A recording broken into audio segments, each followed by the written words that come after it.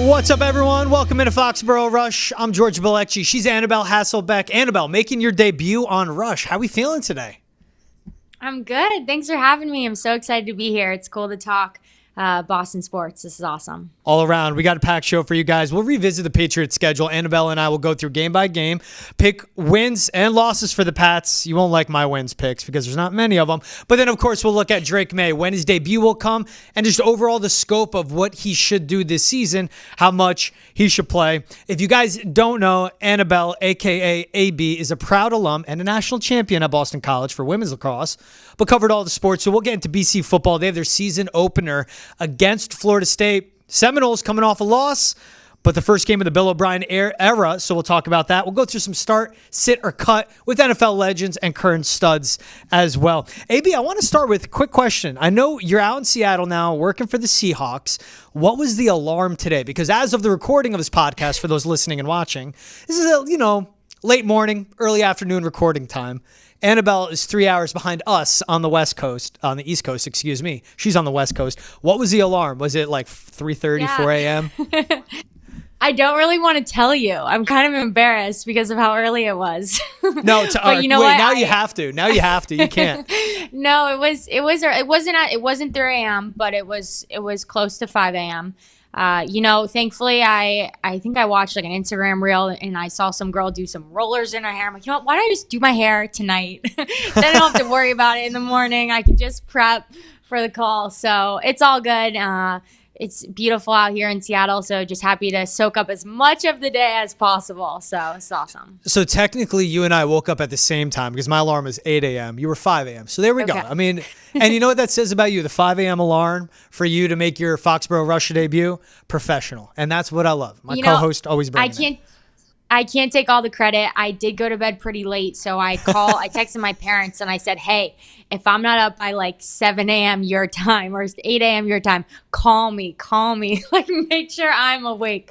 So sure enough, I got a phone call from my dad this morning, making sure I was up. So there's backup alarms, and then there's the never can fail, the parents looking out for you as well. So yeah. I love that. All right, Annabelle, let's get into the Patriots schedule. I mean, it's one of the hardest spreads of any schedule, I think, in the NFL. And this coincides. Let's just look at their first 4 weeks. We'll go, chunk by chunk throughout the season. But they open on the road at Cincinnati against Lou Anarumo and one of the best defenses. Then they host the Seahawks coming over from the West Coast. Again, a really good front seven, really good receivers. And this is a Patriots team that's banged up. Then at the Jets at San Francisco. But when you look at this schedule, I know I'm excited to talk Seahawks with you. Of course, you working with the team right now.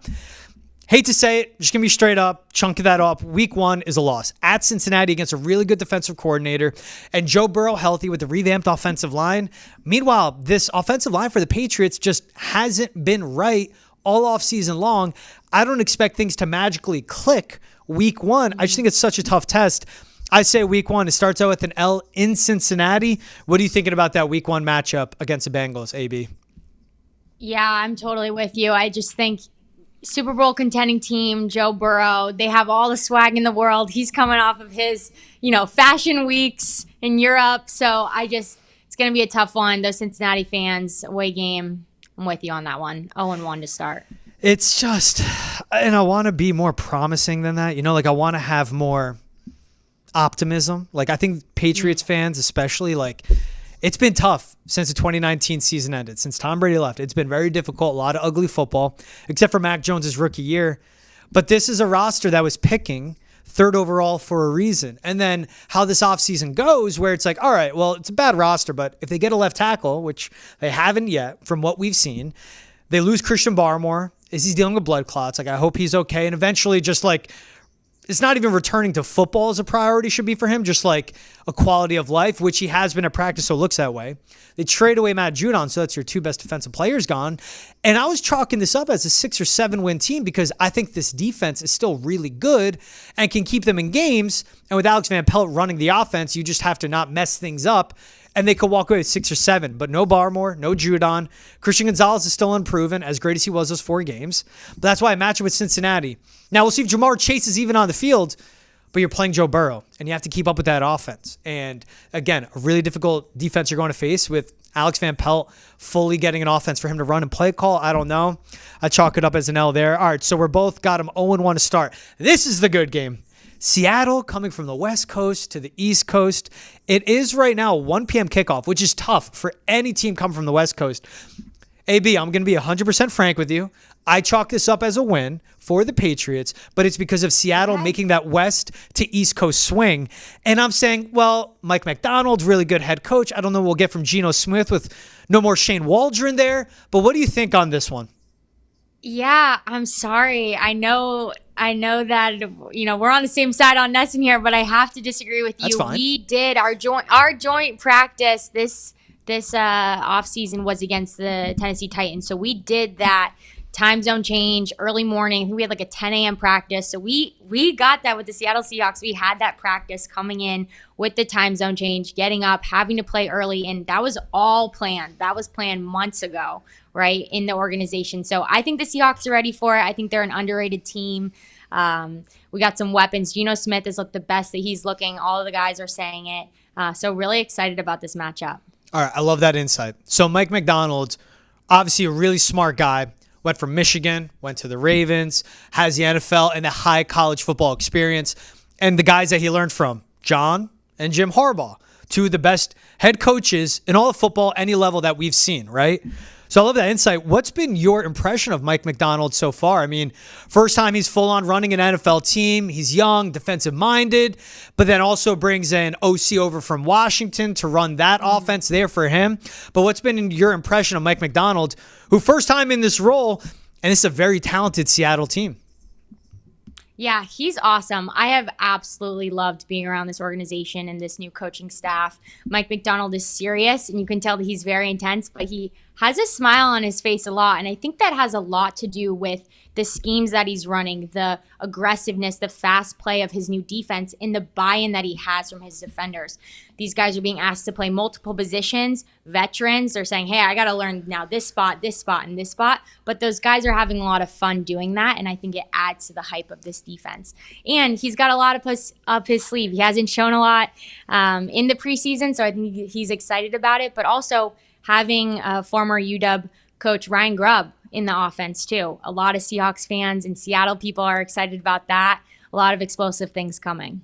Yeah, UW, University of Washington, Michael Penix, Roma Dunze, Jalen Polk, Jalen McMillan. Does that ring any bells for people? It definitely does. So now you have Geno Smith, DK Metcalf, Tyron Lockett, and also Jackson Smith and Jigba. So he knows how to make it work with spacing for 3 receiver sets. But also that was a team that was really good at running the ball at Washington, like very underrated how much they put behind their offensive line. All right, cool. You have Kenneth Walker, you have Charbonnet coming in.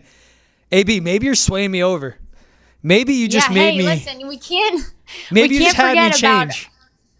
You should, and you can't forget about our Massachusetts local coming back home, Jake Bobo, number 19 wide receiver. We have a deep wide receiver group this season, so super excited for Jake Bobo. Belmont Hill kid, went to Duke, went to UCLA. This is going to be a really exciting time for him and his family and his friends.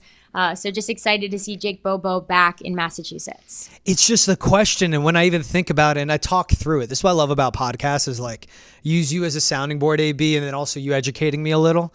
As I talk through and I just think of the threat of the run game and what that UW system was, where there's a reason Michael Penix was so sought after because that was a pro system. And yeah, like the scheme was brilliant and he was throwing guys to open receivers, but new anticipatory throws and everything like that.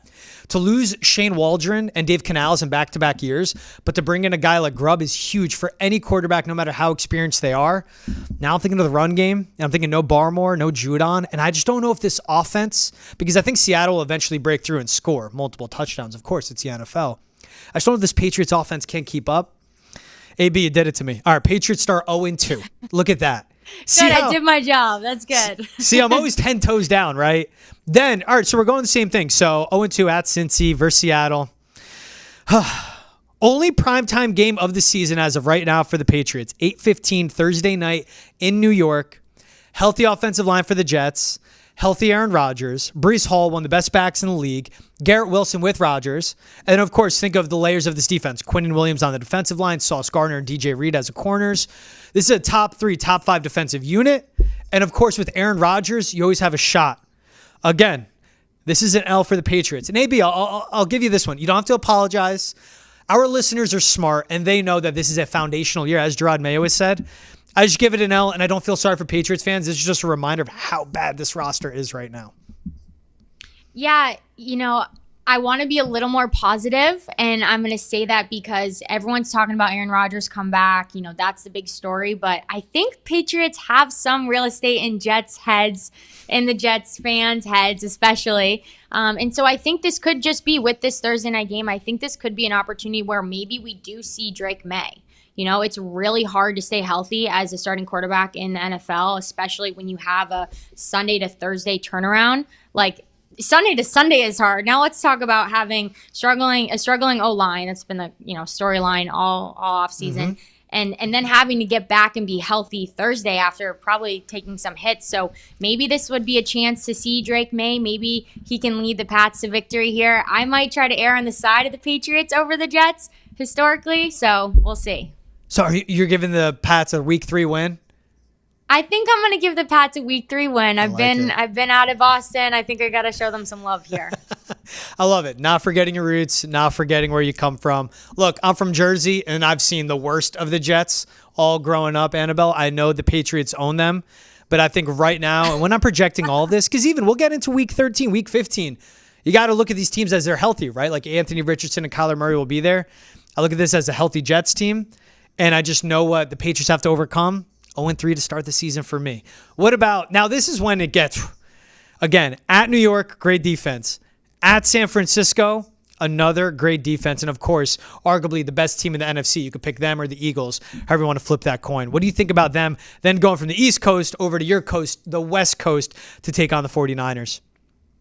Yeah, the Niners, man. We're just in the Super Bowl. This team isn't messing around. I got to go with the Niners on this one.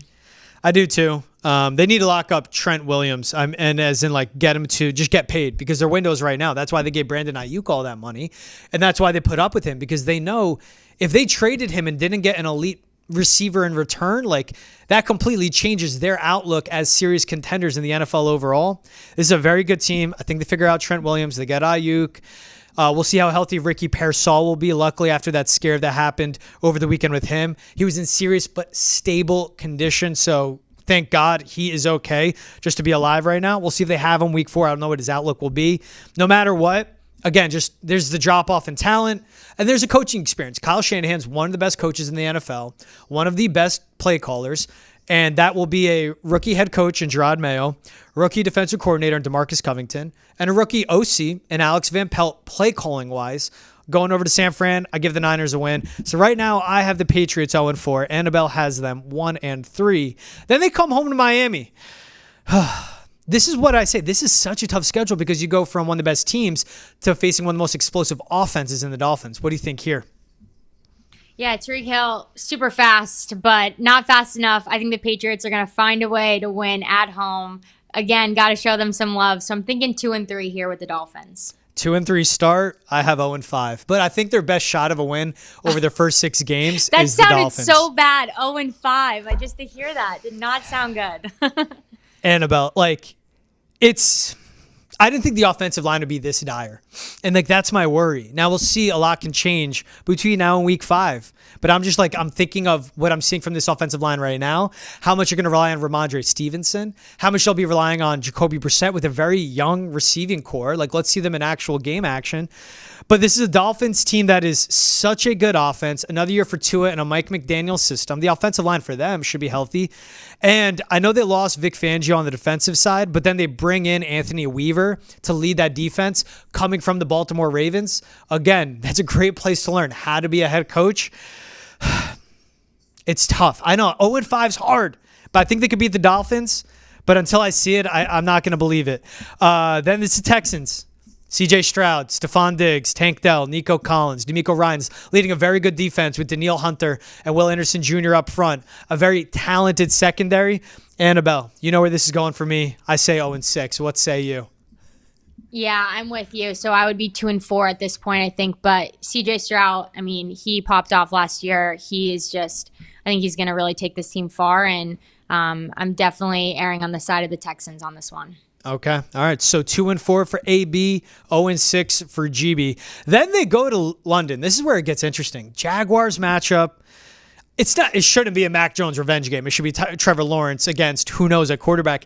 Maybe this is where we see that page flip of the first Drake Maye start. It's tough to see them giving that to him, though. Like, neutral site, going to London, a lot changes. Regardless, this is the toss-up. The Jaguars are talented, but how good are they? I don't know. I don't really believe in that defense that much. 0-6 to 0-7 is tough. Whew. And that's basically a Jacksonville home game. I want to hear your side on this. I got to think about it a little more, AB. What do you think?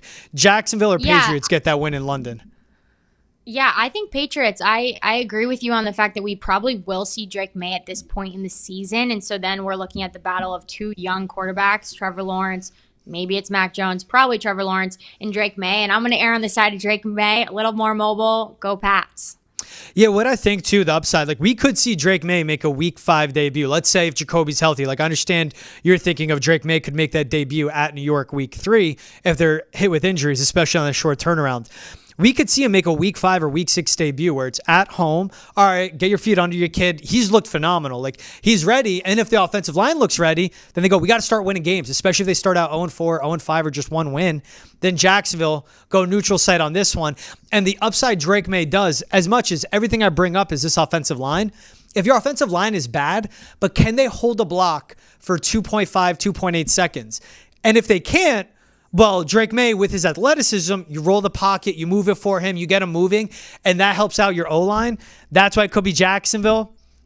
Let me be nice. Let me not be like a curmudgeon. Patriots, first win of the season against Jacksonville in London. Thank you. Thank you. Listen, I'm in Seattle, and I have more Patriots wins than you.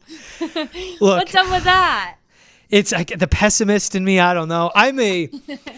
You've met my co-host Trav, and he always rolls his eyes when I bring up offensive line talk. It's just so important. The 5 most important positions in football: quarterback, tackle, wide receiver, defensive end, cornerback. You could put it in any order.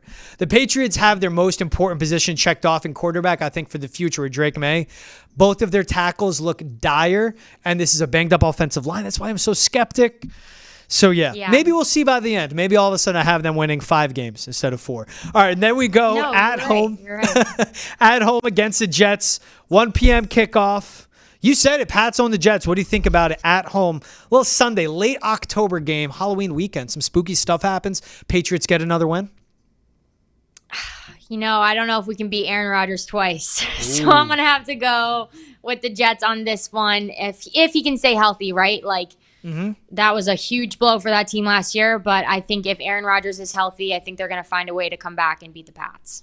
Yeah, their offensive line was not good last season, and they addressed it this offseason by signing 2 veterans, and Tyron Smith being one of them. But he hasn't been healthy for so many years, but we know the number 1 overall pick they made, Olu Fashanu out of Penn State, All-American stud, cornerstone of a franchise offensive tackle. They've actually, throughout the preseason, been working him out at both left and right tackle. To me, that just shows the trust they have in him, how good that kid is, how athletic he is as well. If either goes down, I don't think their offensive line will take a huge hit because of the depth they have. But I think the Jets, even being in Gillette, and it's going to be tough of what the environment's going to be like. Like, if this is a 1 or 2 win team by that point, how into are the fans going to be? How much is the pressure, the boo birds, all that? I think the Jets get the win. And again, to me, it's more about that defense. What about at Tennessee, going down to Nashville, 1 p.m. kickoff, facing Will Levis, first-year head coach, and Brian Callahan with the Titans? What do you think for this one with the Pats? Yeah, I mean, I was down in Tennessee. The Seahawks did a joint practice with the Tennessee Titans, and Will Levis looks good. Young quarterback, very athletic, very mobile. And I do believe that maybe we will see Drake Maye at that point in the season as well, but I got to err on the side of the Tennessee Titans with this. Like you said, new head football coach, Brian Callahan. I think I'm going to go with the Titans. So how many wins do you have for the Pats at this point? I think you had New York, Miami, and did you give them Jacksonville? I think I have 3 probably at this point. Right. So you have 3 out of the first 8 weeks. So you have them 3-5 going into this Tennessee game. You have them 3-6 leaving. I have them with 1 win. So I have them at 1-7. I think this is Drake Maye's debut. To me, it makes sense. And there is talk of you want rookie court. And this is if it goes as planned as on schedule, right? But you want rookie quarterbacks actually starting out on the road because, again, not in front of their home crowd, less pressure, just go out, play football. And yes, I mean, it's going to be a hostile crowd. You're in Tennessee. You're facing the Titans in Nashville. Like, I understand that. But just it subtracts pressure by if stuff goes sideways, and for him catching a stray of dealing with how bad the team may have been the first 7-8 weeks, and they start booing him, like that won't happen in Tennessee. I think it's a Drake Maye debut. I think we'll see flashes of his greatness. I think we'll see the offense make a jump. But compared to Will Levis, who will be another 8 games into his NFL experience, and I talked about Grubb being the OC for the Seahawks. Well, Callahan comes over from Cincinnati. He knows a thing or two of playing to a quarterback's strength with talented receivers like they have out in Tennessee with Boyd, Ridley, and DeAndre Hopkins. I think Tennessee gets a win, but I think this is when the promise starts for the Patriots and their fans of seeing Drake Maye become a starter. What about following week? Another 1 p.m. kickoff back on the road at Chicago. Very underrated team. Good defense, good offensive line, great receivers, but a rookie QB, and Shane Waldron now going from Seattle over to Chicago to be the play caller there. Yeah, I know they got Caleb Williams. I know he's the first overall draft pick, but this was one of the worst teams last year in the NFL. So I'm going to take the Patriots on this one. Rebuilding year. Got to go with the Pats. Through 10 weeks, Annabelle now has 4 wins for the Pats. I like this. 4-6 to start this. I know it doesn't sound good, AB. That is such a win. To have 4 wins at this point with how difficult this schedule is, starting 3 of your first 4 games on the road. Miami, Houston, neutral site Jacksonville, against New York, and then at the to start 4-6 would be great. I don't have them winning this game. I am a believer in Chicago. I think that defense was great last year when they got Montez Sweat. But it's Caleb. He's a rookie QB. That's a lot to put on him. How smart can he be? How on time can he be with his execution? Because when Geno Smith's been on time the last 2 seasons in Seattle, how good it works for him. Is it less freelancing, less holding on to the ball for a long time? Caleb more being on schedule. But again, this is to me a reflection of the Patriots roster not being good, even with an offensive line at this point. So I have them at still 1 win through 10 weeks. So I have them 1-9, while AB. Okay, you just get ready because you're gonna have some people coming at you. I got crow when this to goes eat. live. I don't know. All right. So then they come back home to you and I. I think this is Drake Maye's 3rd career start against the Rams. Again, this is so hard to schedule. Sean McVay, great head coach, revamped defensive line. Matt Stafford, Cooper Kupp, Puka Nacua, Kyron Williams, Blake Corum, Tutu Atwell.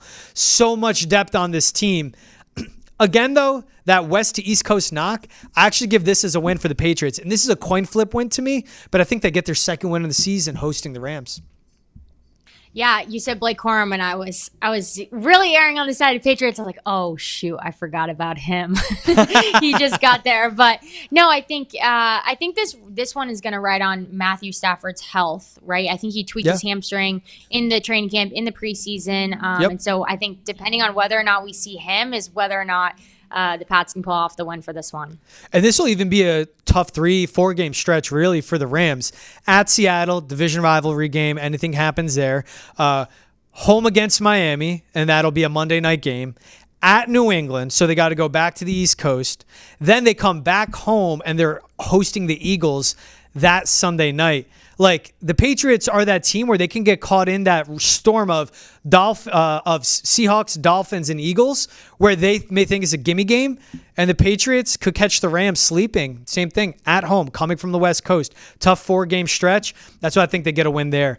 All right, Pats, back on the road at Miami. This is a late November game, and that's when you don't want to play Miami in a way because you know how it is. You know, late November in New England, by this point in Boston, you're like freezing cold. You want to get outside.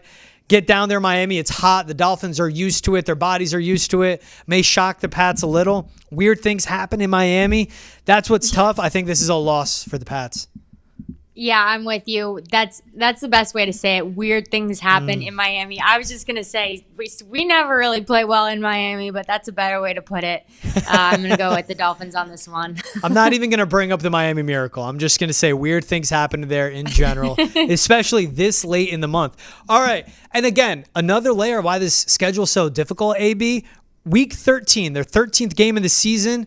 This is their last game before the bye. Whew. So you get a dome team like the Colts at home December 1st And I know I'm saying we have to project these teams healthy. I don't know if Anthony Richardson will make it to this point healthy because of how much he loves to run the ball. And my one thing with AR is that he needs to know how to not take hits, like what Lamar Jackson excels at, where yes, he's the best athlete on the field, so he can juke anyone out of their cleats, but he knows when to step out of bounds, when to just simply go down, when to just not put his shoulder into guys and take hits, survive to play another down, right? I don't know if Richardson will be there. Again, though, if he is, a dome team, December 1st, right before the bye for the Pats. At this point, this Patriots team could be beat up and exhausted. This is a coin flip for me. I'm going because you have the dome team on the road in New England. I'll go Pats here with the win. So this is me giving them 3 wins through 13 weeks, 3-10.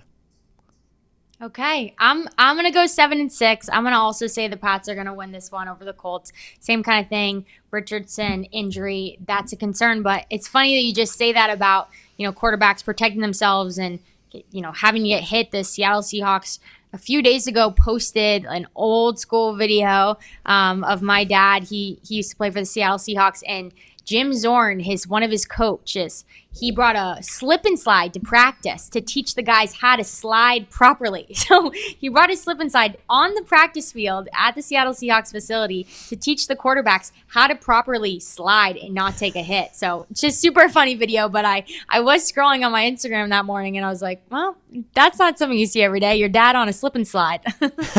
So it is an important thing. It is an important thing. So the Seahawks basically were like, hey, we're going to teach you guys how to slip and slide. And all the players are like, wait, why are we doing this? And they're showing their clip of your dad, I guess, getting his bell rung. I haven't seen the clip. And they go, this is why. We need to teach you guys how to slide. Is that kind of how it looked?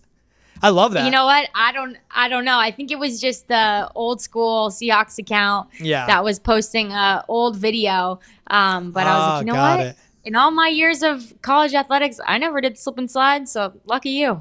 Honestly, at this point in the summer, too, that makes it fun. You're like into the grueling dog days of camp. Have a slip and slide. Have some fun. Feel like a kid again, and then learn some really crucial, tools of being a quarterback, especially a mobile quarterback, and learning how to slide and avoid the hits and just live to play another down. All right, so into the bye.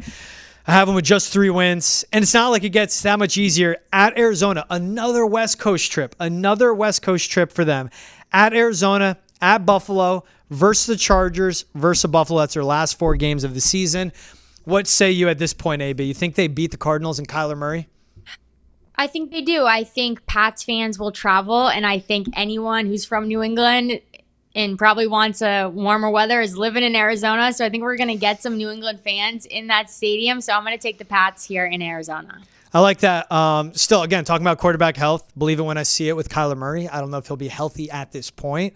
They upgraded a lot on offense just by simply drafting Marvin Harrison Jr., but also you see how many draft picks this team brought in. They upgraded their offensive line, Jonah Williams. They have Trey Benson now backing up James Conner, but just how many draft picks they brought in. This is another team that's in a rebuild, and we'll see with Kyler if he can go a full 17-game season. This is late in the year. It's at home, which is a tough one for the Pats making that West Coast trip. But also, this one coming out of the bye, I wouldn't be surprised if Jerod Mayo, and this is a team that's done it before, let's get out there early. Let's get used to the heat. Let's go to the University of Arizona or maybe Arizona State, depending who has facilities open. And let's be in Arizona for a week and a half instead of doing that. Let's fly out Friday, get settled Saturday, play the Cardinals Sunday. And if they do that, I could see this being a win. 4 wins for me. One of those being a coin flip win. What about at Buffalo, December 22nd? You know how cold it gets up in Buffalo, AB. This could be a tough one. And this could be a Bills team fighting for their playoff life as well. Yeah, you're right. That's also another fan base I don't want to mess with. Mm-hmm. And a lot of people are saying, oh, Josh Allen, overrated, but he's not. He's really good. So, unfortunately, I want to support the Pats here, but I think I got to take the Bills. I take the Bills on this one, too, especially up at whatever the name, New Era Stadium. I don't know, whatever they called now. It's up in Buffalo. It's freezing cold. You mentioned the Bills Mafia. I hate that. This could be their 5th win of the season for me, at least. Hosting the Chargers December 29th. Now, this is a Jim Harbaugh team. This will be a team that's going to be run heavy. Still has Justin Herbert. Bad receiving group. I don't know if the defense will be healthy because they've never been, but maybe Harbaugh knows the secret sauce to get that stuff fixed. I want to give them a win here, but I got to give Jim Harbaugh, especially with his team that late in the season, they'll be settled down. They'll be established. And with 2 great tackles in Slater and Alt, along with Zion Johnson at guard, like how much they've invested into this offensive line.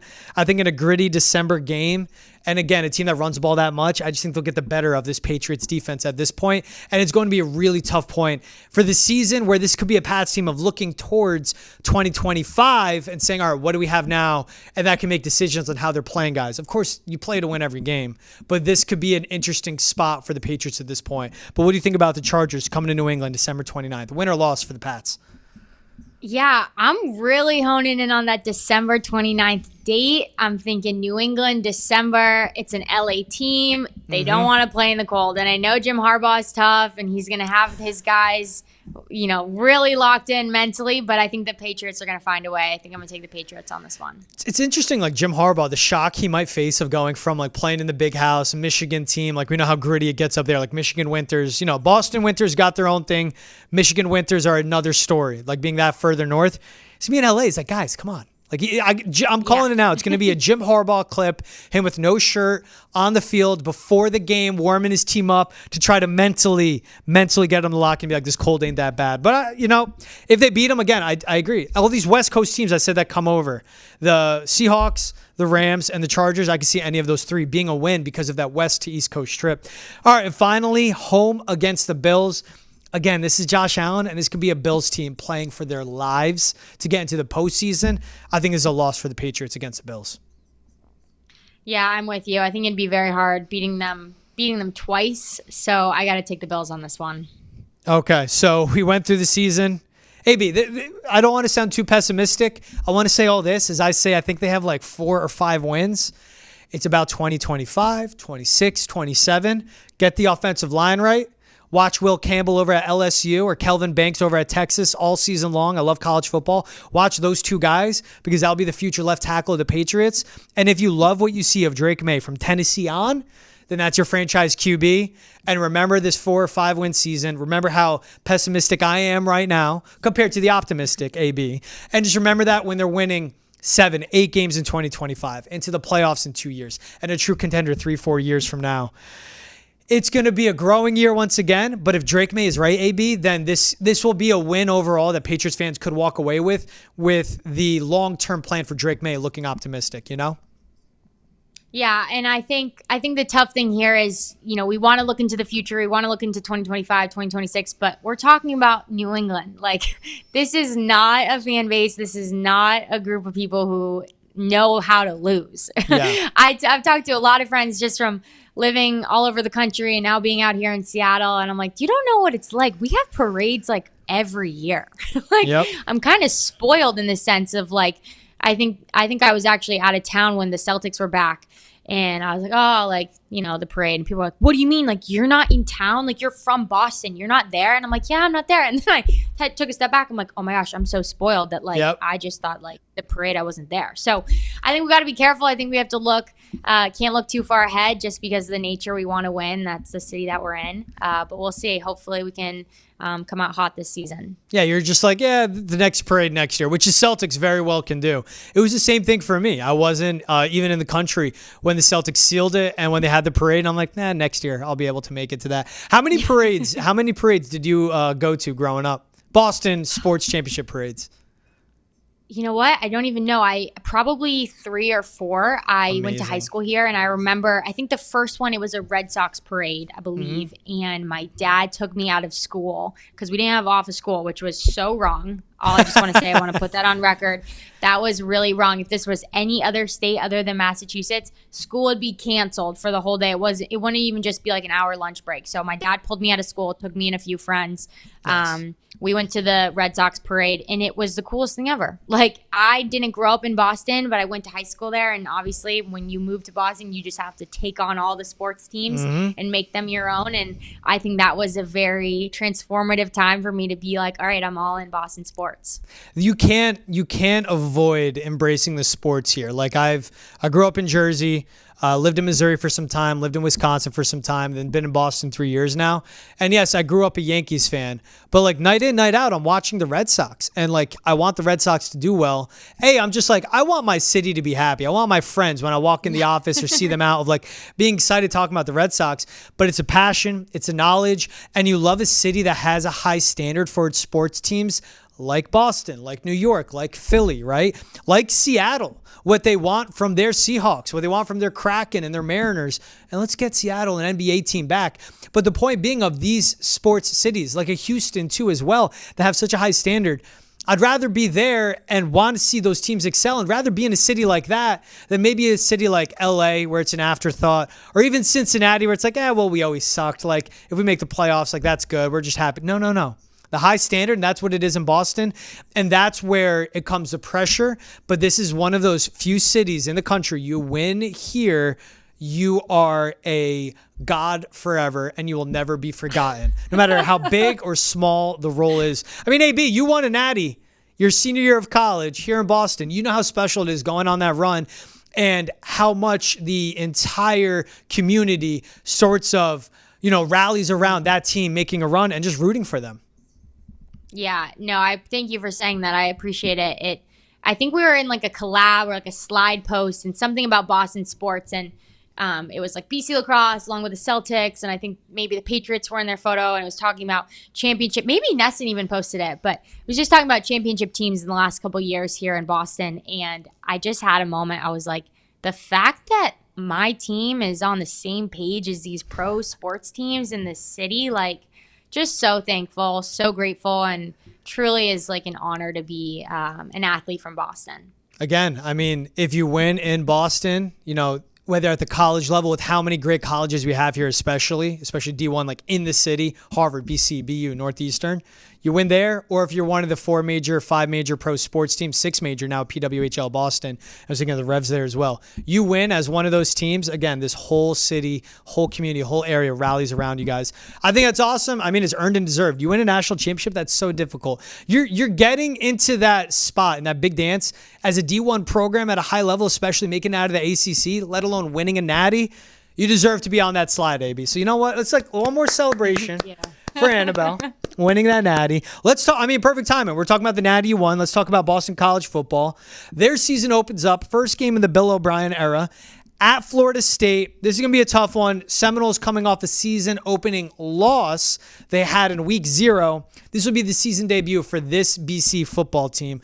Obviously, you covered the team extensively when you were a student there. If you guys don't know, check out Annabelle's Instagram. You'll see, what's up, guys? AB here. I don't want to completely butcher what your intro is, but you do a great job. Good. You had it. All right. I'm going to start doing, what's up, guys? GB here. GB and AB. Yeah. But you covered this team extensively. Bill O'Brien comes in, but we see familiar names from the past team, especially Thomas Castellanos at quarterback. What do you think is the most important part of this Boston College football team that can lead to them having success this season? More importantly, making it a game with the Noles and potentially pulling off an upset? Yeah, well, I'm so excited for college football to be back, and especially Boston College. It's crazy. I remember when Bill O'Brien first got to the Heights, he was talking about, everybody's, making a big deal out of Florida State and having to open up with them, but we just got to like shut out the noise and focus on us. And now we're here. Like, we're about to play Florida State. We're already at this point in the year and the season, and so it's just crazy how time really flew by. But no, I'm excited for this Boston College football team. I think the guys are really excited, and for them to succeed, they're just going to need to stick to the motto that they've been talking about all training camp, which is do your job and stay in the moment. And so clearly we can see the Patriot ties in this Boston College football program. So that's been cool to see, and I think there's a lot of buy-in from the players knowing the NFL experience that they're getting from this coaching staff, especially from Bill O'Brien. But yeah, for this number 10 matchup against Florida State, huge game. Almost beat them last year, but penalties were really what hurt us. I was front row of that student section fan zone. Totally thought we were going to win the game. We ended up losing 29-31, and it was really because of these penalties. So big focus for the Eagles, disciplined football, no unforced errors. We can't shoot ourselves in the foot. That's number 1. And then I would say number 2, what the team is really focusing on is just 4 quarters of relentless football. How can the Eagles come out hot, stay hot, play every whistle the same? But it's going to be a great first test for the Eagles down in Tallahassee. Crazy fan base, crazy student section. So it'll be interesting to see. It's one of those where they embrace the environment they in, which I think a leader like Bill O'Brien would do, where don't make the moment bigger than it is. Like, yes, like you said, the environment, the atmosphere is going to be absolutely insane, especially that it's going to be like a Monday night kickoff. Like, If this was a 1 p.m. kickoff in Tallahassee, that's one thing. But a Monday night kickoff, that's when the crowd really gets into it. That's when everyone, has a little more time at their tailgates to really get into it and get festive. But that's just when the lights are on, the lights are brightest. And for a team that's searching for their first win after being completely disappointed against Georgia Tech out in Ireland, that these fans are going to be more thirsty. And this team is going to be more desperate that they face. But I just think, too, how Florida State was dominated at the line of scrimmage by Georgia Tech. And this isn't the old Georgia Tech where you can see the triple option. This is a Georgia Tech team that has balance of passing and running, but nonetheless, that was dominated at the line of scrimmage on both sides of the ball. Well, this is a BC team that still has their foundation of a good defensive line, a good offensive line, but Castellanos and Robichaud, Thomas Castellanos, quarterback, Kai Robichaud, the running back, like those guys together can just take over the team, dominate the play clock, do the little things right. And you said it, AB, like do the little things right. Have your priorities. Take care of the football. Don't do turnovers. Don't have bad penalties. They come out and they play fundamental football, and you have two guys that can own the play clock, own the game. And by doing what they do with their legs, especially Castellanos is a good passer, but his athleticism is what makes him such a threat. You do that, you control the clock, you take the crowd out of it in Tallahassee. That is what can give a lot of success for BC. And just being frank, like watched DJU at Clemson, watched him at Oregon State, watched him at Florida State. This is a guy that came with a lot of hype, 5-star recruit, number 1 overall recruit going to Clemson and just didn't work out. I still just don't see what I want to from him as a quarterback that can take over a game. And because BC does have that kind of guy and they have that group around him with his receivers, and again, a skilled, experienced, smart play caller like Bill O'Brien, I think BC has a great shot going into Tallahassee and pulling off the upset. See, I do have optimism. I can't be nice, AB. It took me a while. Yeah, no, you do. I'm not throwing any shade. You're right. You're right. Anytime we're supporting my BC Eagles, I'm all for it. But I think there's something too to be said about Kai Robichaud and Tommy Castellanos coming in with their second year, right? Especially in college, your first year, new school, new friends, new people, new coach, new teammates. There's a lot on your plate. You're not just only focused on football. And so I think this will be a really exciting time to see what Tommy is able to do, what Kai is able to do. I actually spoke briefly with Tommy, and he said that he's just super excited about this football team. It's a new BC team that we've seen before. He thinks the new guys that we have coming in are just unbelievable, and he's really excited for week 1. So when your quarterback is jacked up, good things are going to happen. Hey, real quick, we have 2-3 minutes left in this episode of Foxboro Rush, AB. Who is your favorite, or maybe the most, I would say this, what BC athlete did you interview that kind of had the biggest impact on you, resonated with you the most? Maybe most down to earth, maybe just so outgoing, so happy. But all those interviews you did, and I saw you did a lot, especially with football. You did it with everyone, basketball, hockey. What was the one athlete that really stuck with you? Man, that's a great question. I've actually never been asked that. I loved all the people that I interviewed. It was truly an honor. I would just say kind of a not full circle moment, but a really cool moment was when I got to interview my own teammate, Sydney Scales, after he won the ACC championship. And that was just crazy because I was able to honor our team, but also get the opportunity to talk to her from a different perspective, but also from a teammate perspective. So I had a little bit more of the inside scoop than I probably would have interviewing a football player, a hockey player, a basketball player. So that was just really special for me, and to get to highlight our team in that way and just reflect on the championship. When you are in the season and your goal is to win the national championship, you get into that post-game meeting. We do a BC lacrosse recap. It probably lasts 2 minutes. Okay, talk about the game that happened Saturday. This is on Monday morning. Talk about the game, highlights, people raise their hand. This is what I liked. I love this girl, hustle play, all the things. And then boom, we're done. Turn the page, coaches hand out a new scouting report, and we're done with that conversation. So this was just really special to get to have time to soak that in, talk about the ACC championship, and highlight my teammate, Sydney Scales, who's actually going to be coaching at Harvard this season with their women's lacrosse team, and she played pro lacrosse all summer. So definitely a lot of athletes that were amazing to talk to, but Sydney Scales was really cool. Love that. I think great answer. And I get it too. The tens, the hundreds, the thousands of interviews you'll eventually do. All of them were great, but they're the ones that resonate. I just love that personal touch of you with Sid, especially after such a big moment, winning the ACC, taking that next step to get to the Natty, which you guys won. AB, great answer. And I know it's tough. I made you pick, who's your favorite child, right? I'm sure your parents get asked that, and they go, well, I love them all. You love all your interviews. They're the ones that stick out in that moment. That was great. She's Annabelle Hasselbeck. Annabelle, great job. Loved you coming on Rush. What do you think? First time on the show. You'll come back? I loved it. Thanks so much for having me, and hopefully we can see some Patriots wins, but not against the Seahawks this year. I got to root for the Hawks. Go Seattle. No matter what, people are going to be rooting for AB's predictions more than mine. I'm GB. She's AB. This is Foxboro Rush. We'll see you guys with a new episode Wednesday morning.